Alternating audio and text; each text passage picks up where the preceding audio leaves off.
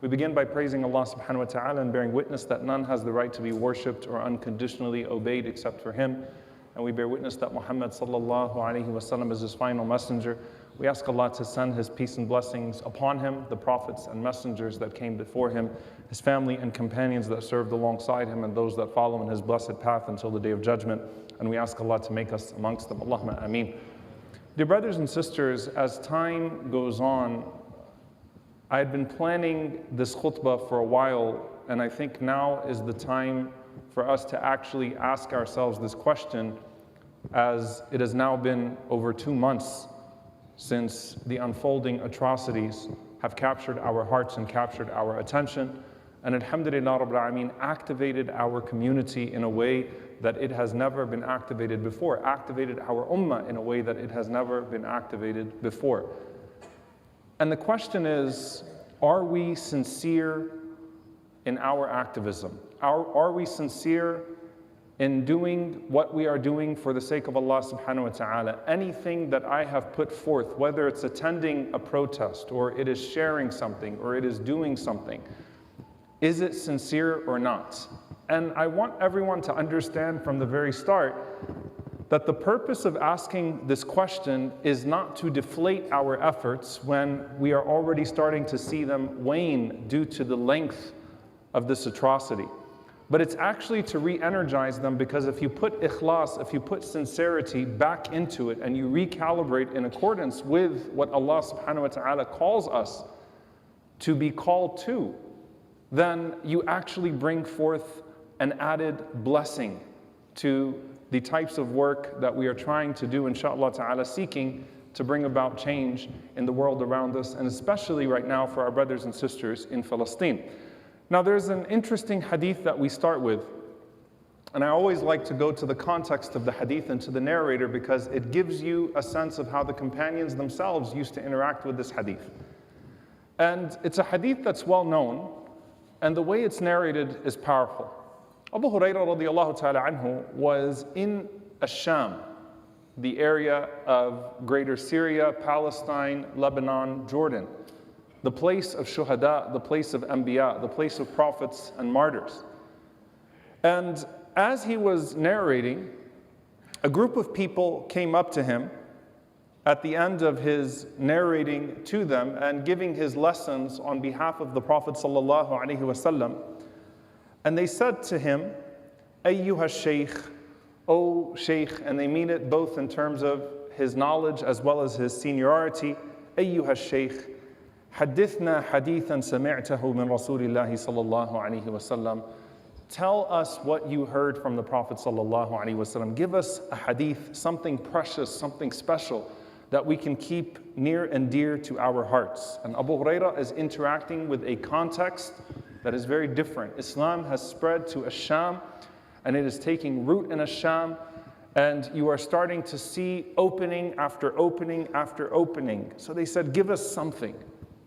And Abu Hurairah radiallahu anhu, as he starts to narrate this hadith, he cries. And he goes again and he starts to narrate on behalf of the Prophet ﷺ that I heard the Prophet ﷺ say, and then he starts to cry again.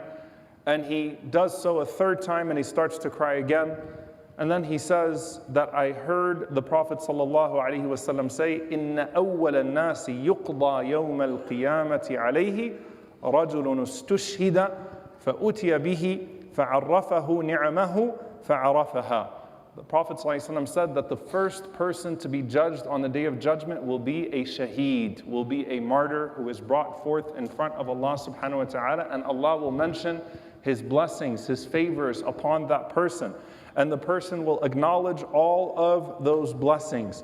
And then Allah subhanahu wa ta'ala will say, فَمَا عَمِلْتَ فِيهَا. What did you do with those blessings? So He would say, قَاتَلْتُ فِيكَ حَتَّى اسْتُشْهِدْتُ. That I fought in your cause until I lost my life. And Allah would say, كَذَبْتَ. You have lied. وَلَكِنَّكَ قَاتَلْتَ لِأَنْ يُقَالَ جَرِيء. وَفِي رِوَايَةٍ شُجَاعٍ. Rather, you fought so that people would say, what a brave man you are. What a courageous man you are. You wanted that to be said, and it was said. Now, the Shahid is the first person, subhanAllah, we know the rank of a martyr on the Day of Judgment.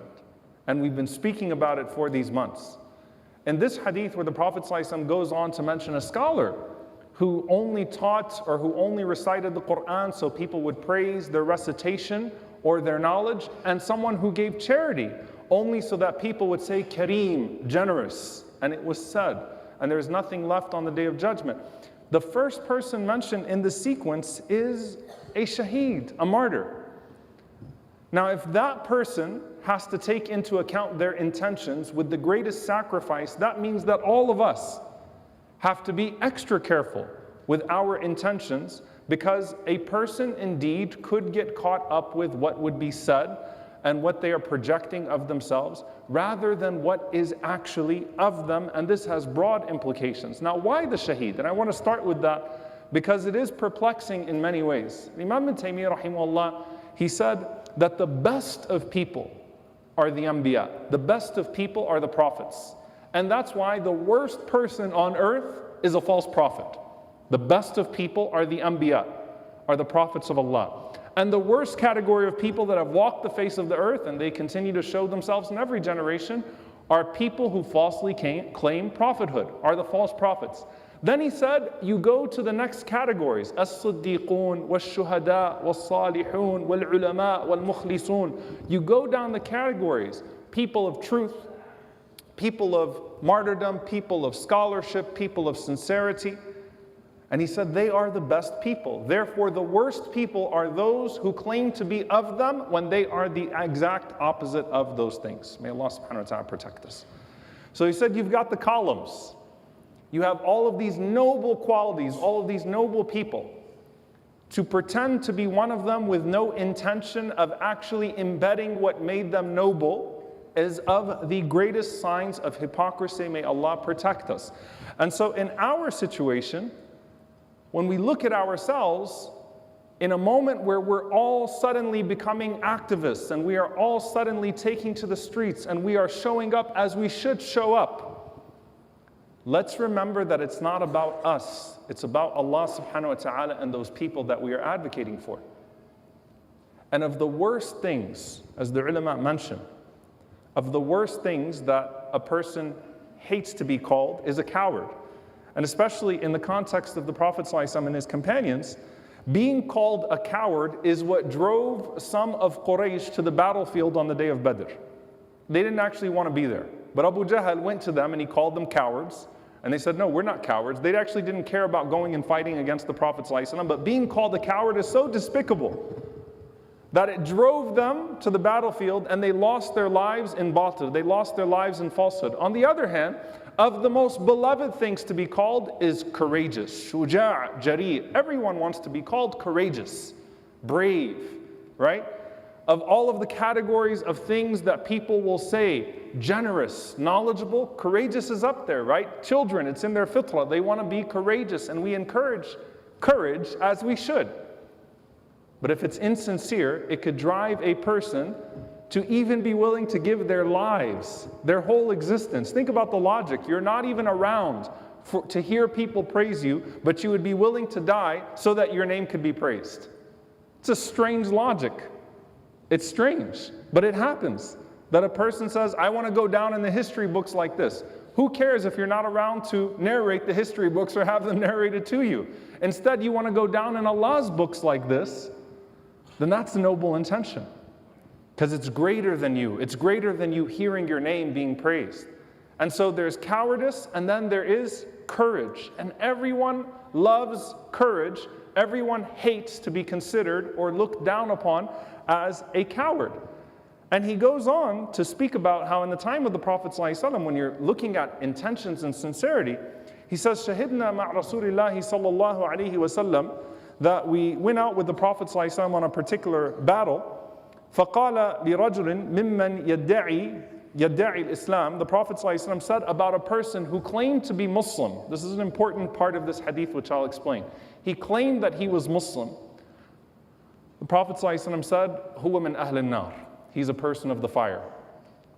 Imagine before the battle starts, a man coming out saying, Allahu Akbar, la ilaha illallah, and showing off his sword and showing off his skills and showing that he's willing to go all the way, right? And and be the hero of the day. And the Prophet ﷺ said, "Huwa min ahli an-nar." That's a person of the fire.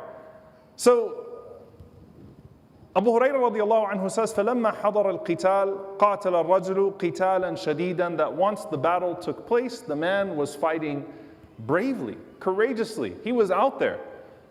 He was doing everything that we would glorify a man like Hamza radiallahu anhu for, or Talha and Zubayr, or Ali, may Allah be pleased with them all. He was out there.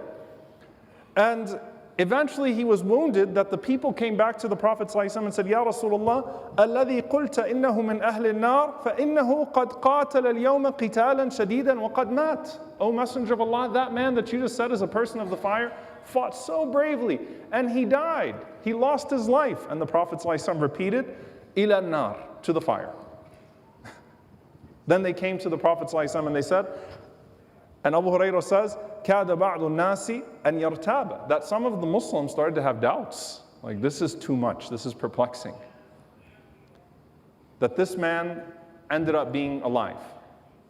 And then at night, he succumbed to his wounds and he took his own life. He took his own life. And so, subhanAllah, his reality was shown that it wasn't for the truth that other people were there for. And the Prophet ﷺ said, إِنَّ اللَّهَ لَيُؤَيِّدُ هَذَا الدِّينَ بِالرَّجُلِ الْفَاجِرِ, that it might be that sometimes Allah subhanahu wa ta'ala gives victory to the deen through a wicked person. His intentions were not noble. He wasn't there for the right reasons. And yes, something came out of him that day, but it wasn't for the right reasons. Now, why I said this is an important component to build upon. These people that are being spoken about are hypocrites that know they are doing it for show. What about someone who wants to be sincere and doesn't think it is for show? And that's where you start to look for the signs. These are people that embodied hypocrisy and they knew it, and they knew they were not doing these noble things for the sake of Allah subhanahu wa ta'ala. They knew they were doing it for the glory of the cause. Before social media, before anything that would cause anything to be broadcasted, they knew they were there for falsehood and they disguised themselves with truth. But what about the rest of us when there might be some signs of it? What are the signs of insincerity that could overtake a believer? And there are 5 things that the scholars mention, and it is more important now than ever for us to remind ourselves and to renew ourselves. Number 1, a person who doesn't renew their intentions. It starts with that. We're a religion where we are taught to renew our intentions every single day, every single morning, before every single act of worship. And so naturally, with the extensions of that, renew your intention. Why do you do what you do? Why do you do what you do? Number 2, that a person does not embed the private component of that goodness when others are not paying attention. If the only time you do good work is when other people see it, then that's a sign, right? That it's not actually for Allah subhanahu wa ta'ala, because you should be acting for the sight of Allah subhanahu wa ta'ala. The public nature of something that you do should be an extension of the work and a necessity of the cause, not something that you actively seek. So if you ditch the private and only do the public, then that is a sign of insincerity as well. Number 3, that you're disappointed when you're not celebrated. That you're disappointed when you're not celebrated. You're disappointed when you're not acknowledged by people. A person should not be disappointed when they're not acknowledged. The person should instead say, Alhamdulillah, Allah subhanahu wa ta'ala saved my ajr, saved my good all the way for that day, and I hope to preserve some of it. Number 4, that you quit when you're attacked. One of the greatest signs that public service is for the public is when the public turns on you and you ditch the service, right? So when someone gets involved in something good and they get punched in the process, not physically, no one should be punching you physically, but metaphorically, you get punched in the process, right? And that causes you to abandon public good. You say, you know what? The people don't appreciate me, therefore I will not do any more for the people. Well, then that's a sign that you aren't doing it for Allah subhanahu wa ta'ala in the first place. And so you don't abandon the cause when you are not celebrated. You don't quit when you are attacked. And the last one is the most important when it comes to the time component. You don't walk away when everybody else walks away. You don't walk away when everybody else walks away. SubhanAllah, things capture our attention and everybody gets excited about a noble cause. And then eventually, attention moves on. Our attention spans are getting shorter and shorter and shorter. Our attention moves on. And there are going to be people that are going to look around and say, no one's talking about this anymore. No one's posting about it anymore. No one's protesting anymore. No one's praying about it anymore. No one's giving to it anymore. I guess we can all move on now. Your sincerity will show in your ability to stay committed once everybody else has moved on. And this is especially true for Palestine. How many times in the past have things, quote unquote, flared up and everyone got on board? But then as quickly as everyone got on board, everyone got off board as well. Sincerity is to stay committed when everybody else moves on. And I want to end with this point in particular. Someone might say, you know, when I do this stuff, I don't know if I'm protesting for the sake of Allah anymore. You know, I don't know if I'm posting for the sake of Allah anymore. I don't really know if I'm giving for the sake of Allah anymore. I don't know if I'm showing up for the sake of Allah anymore. What's the fine line, right? Should we completely eliminate the public element of this cause when our greatest strength is the publicizing of this cause? What's the fine line? I don't know if I should be doing anymore. And I want us to, inshallah ta'ala, leave with this thought. One sincere servant to Allah subhanahu wa ta'ala is better than 1,000 insincere people to a good cause. One sincere servant is better to Allah subhanahu wa ta'ala than 1,000 insincere people. But 1,000 servants struggling with their sincerity is better to Allah subhanahu wa ta'ala than one sincere servant. 1,000 people who make it part of their mujahada, part of their striving to continuously strive against their intentions and continuously make sure that they're there for the right reasons, doing for the right reasons, is far more beloved to Allah subhanahu wa ta'ala than one person who has seemingly already arrived. If you listen to this whole khutbah and you thought of everybody else but yourself, please turn that lens inwards. None of us are immune. Otherwise, Abu Hurairah radiallahu anhu, who was narrating the hadith, would not have cried 3 times and wept before he could even get the hadith out of his mouth. We're all imperfect, striving servants to Allah subhanahu wa ta'ala. But do not think at any point that your intentions are immune, whatever it is that you're doing, or that it's unimportant to keep on checking your intentions. I don't care how often we're doing what we're doing. Recalibrate every single day, every single time you do anything, something as simple as posting something on social media. If you can take a moment and renew your intention with Allah subhanahu wa ta'ala, do it at that moment. And keep your private worship for your brothers and sisters as much as your public activism. Now's not the time to remove our private worship. Now's the time to inject it in our public work. Because that's what's going to cause us to outlast everybody else, bi'idhnillahi ta'ala. And your Lord is just, your Lord is merciful, as long as you are striving. None of us will be perfect in our activism, and none of us will be perfect in our sincerity. But your Lord is just, and your Lord is most merciful. وَكَانَ سَعْيُكُمْ مَشْكُورًا. And your Lord is grateful for your efforts, so long as you are trying to make sure that those efforts remain for Him and for Him alone. May Allah purify our hearts. May Allah purify our intentions. May Allah purify our deeds. May Allah subhanahu wa ta'ala allow all of us to do solely for Him and in a way that solely benefits our brothers and sisters in Palestine and the oppressed all over the world. Allahumma ameen. أقول قولي هذا وأستغفر الله لي ولكم ولسائر المسلمين فاستغفروا إنه هو الغفور الرحيم.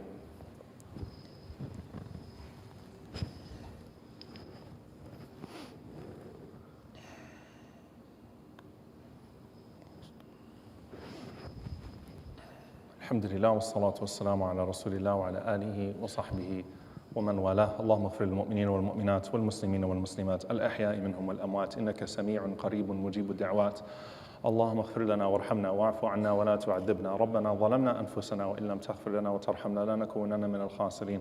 اللهم إنك عفو كريم تحب العفو فاعف عنا. اللهم اغفر لوالدينا رب ارحمهما كما ربونا صغارا. ربنا هب لنا من أزواجنا وذرياتنا قرة أعين واجعلنا للمتقين إماما. اللهم انصر إخواننا المستضعفين في فلسطين وفي السودان وفي كل مكان. اللهم عليك بالظالمين، اللهم أهلك الظالمين بالظالمين وأخرجنا وإخواننا من بينهم سالمين. عباد الله، إن الله يأمر بالعدل والإحسان وإيتاء ذي القربى وينهى عن الفحشاء والمنكر والبغي يعظكم لعلكم تذكرون. فاذكروا الله يذكركم واشكروه على نعمائه يزد لكم ولذكر الله أكبر والله يعلم ما تصنعون. وأقم الصلاة.